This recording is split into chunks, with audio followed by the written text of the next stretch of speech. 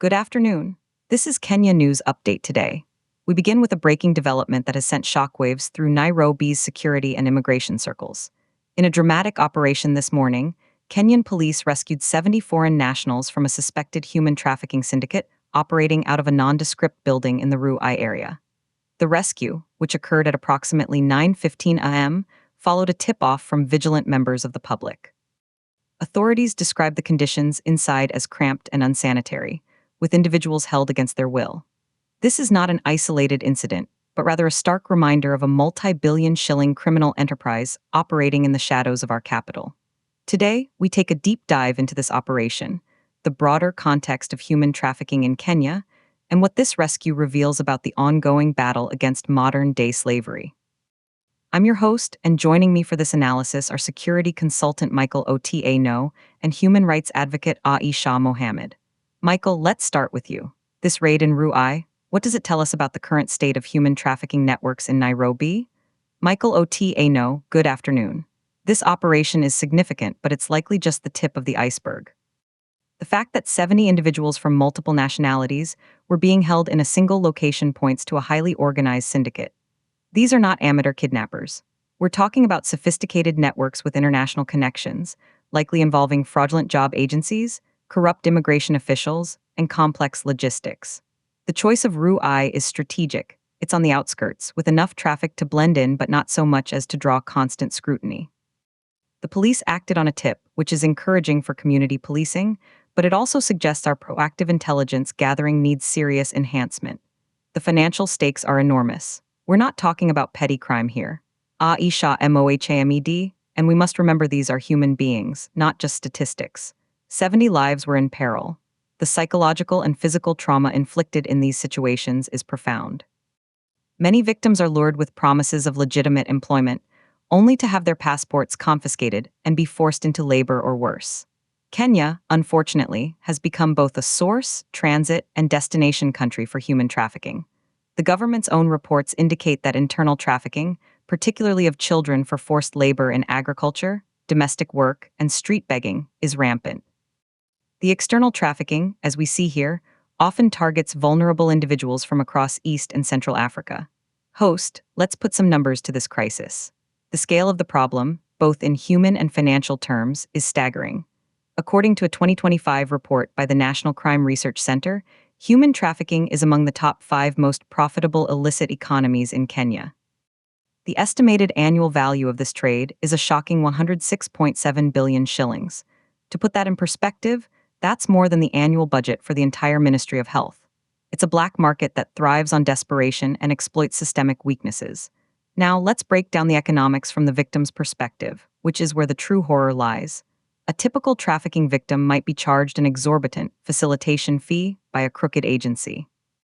This fee can range from 500,000 shillings for what's promised as a middle management job in Europe to as low as 4,600 shillings for a domestic worker position in a neighboring country.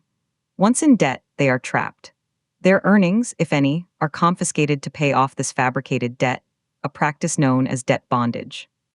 The average monthly salary for a trafficked domestic worker, according to survivor testimonies, can be as little as 19,000 shillings, but often they see none of it.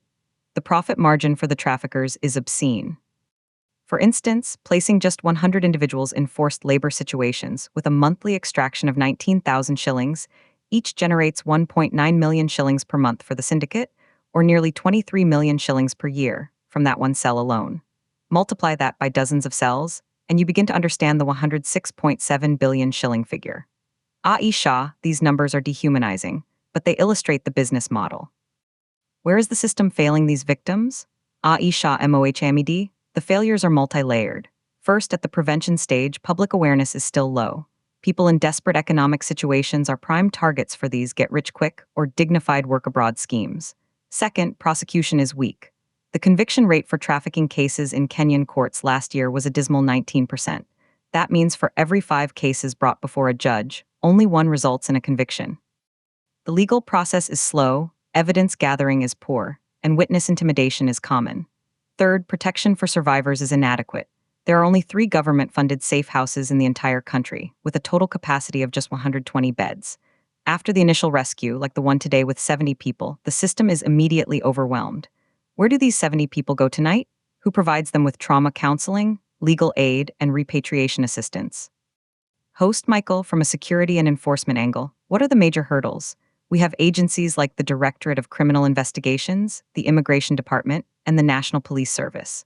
Where are the gaps? Michael OTA no, coordination, or the lack thereof, is the single biggest operational hurdle. Human trafficking cases fall under a multi-agency mandate.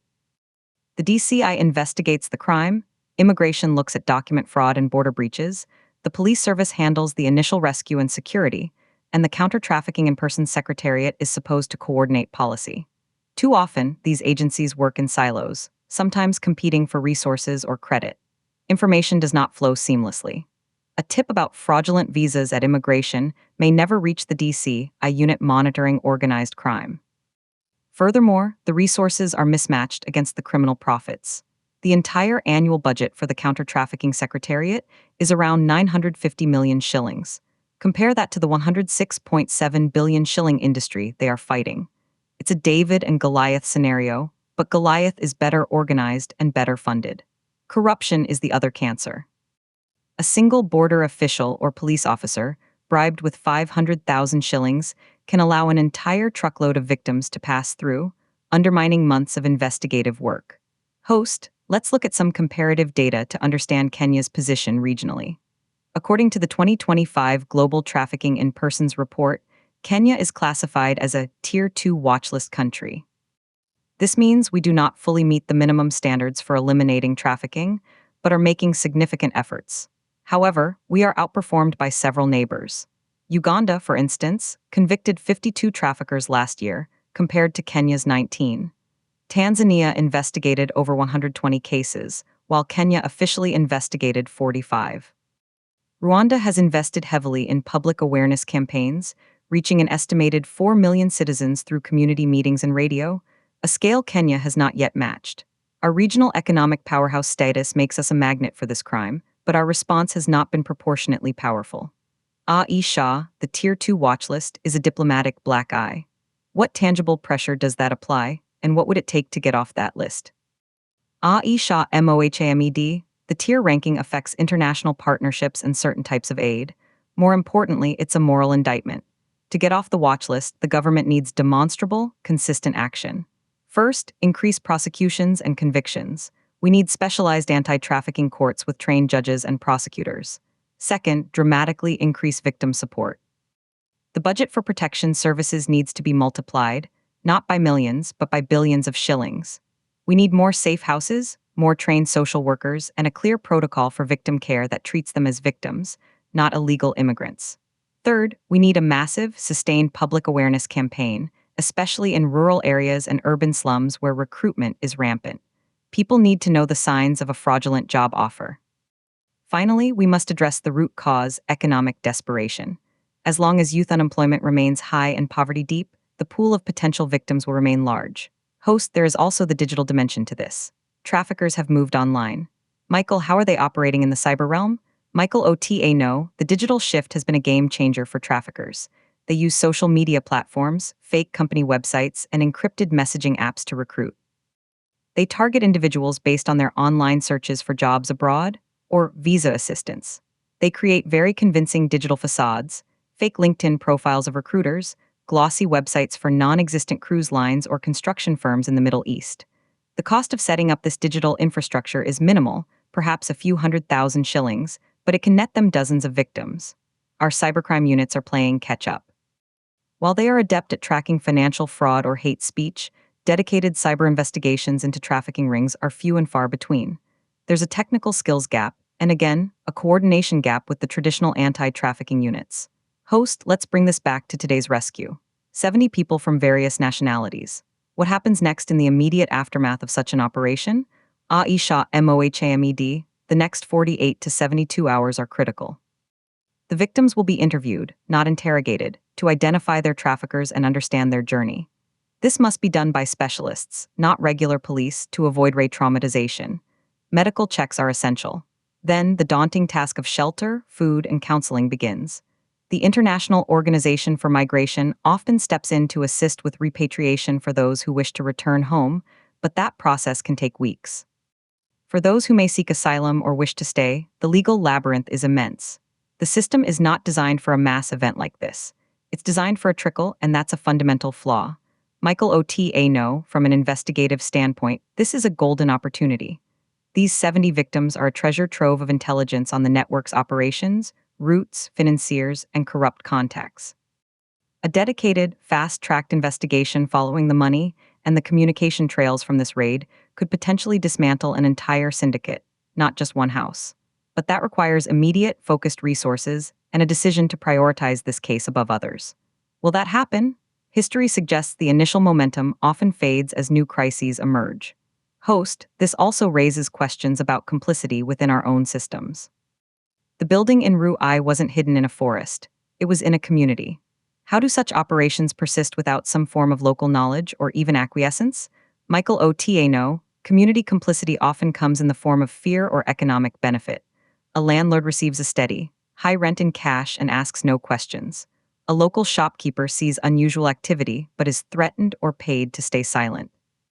In some cases, entire communities may be economically tied to the illicit activity, seeing it as a necessary evil for survival. Breaking this wall of silence requires building immense trust between law enforcement and communities and providing whistleblower protections that are credible. The tip-off that led to today's raid is a positive sign that this trust can exist.